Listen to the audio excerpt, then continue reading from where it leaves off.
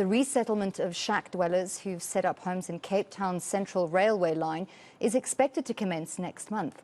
Parliament's Standing Committee on Public Accounts was today briefed by the Human Settlements and Transport Departments, along with Cape Town Mayor Geordin Hill-Lewis.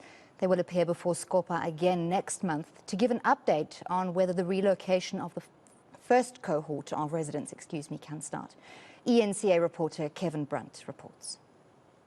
Cape Town's Central Railway line has been out of service for nearly 4 years, and over 5,000 informal housing structures have been erected on the line since its closure.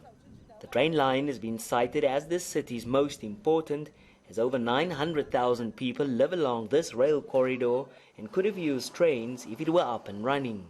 PRASA's acting CEO, Hisham Imran, told Parliament's Standing Committee on Public Accounts that they are working on plans to temporarily relocate at least 900 people.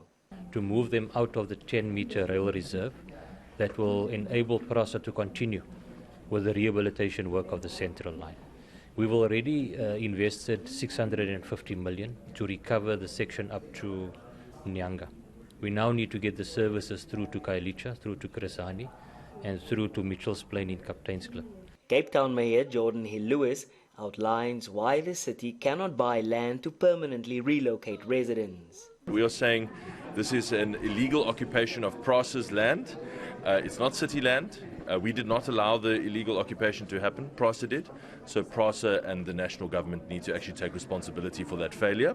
So we're going to stand firm on that. But in everything else, we are helping, we are playing our regulatory role, and we will deliver services to those communities once they are set up. In fact, we are already doing so on the train tracks right now. Human Settlements Minister Mameloko Kubai explains they have approached National Treasury for funding, and if a department buys a piece of land, it still needs to be handed over to the City of Cape Town.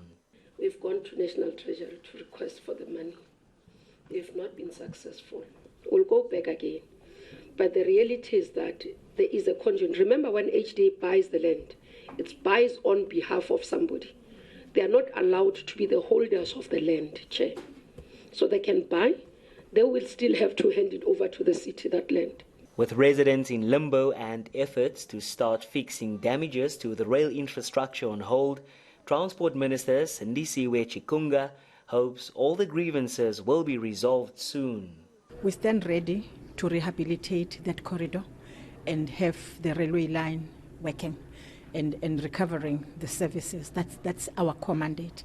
As a matter of fact, we're here because we need the support of others who are supposed to be the enablers. We know experts on issues related to human settlement and how people are relocated. And we're happy that the Minister of Human Settlement is here, and she's able to explain to us as to what the legal framework is about when it comes to these issues. And we're more than prepared to comply with that. And we're happy that at least now there will be the assessment for the safety of the areas where we'll be moving people temporarily as part of what is called Operation Bekela. Contractors have been appointed to start with the Central Line's railway track rehabilitation, overhead electrical recovery and the upgrading of passenger stations. PRASA has also reiterated that as part of its National Integrated Security Plan, efforts to better protect railway infrastructure are being rolled out, which will include putting up a wall along the Cape Town Central Line corridor. Kevin Brandt, Cape Town.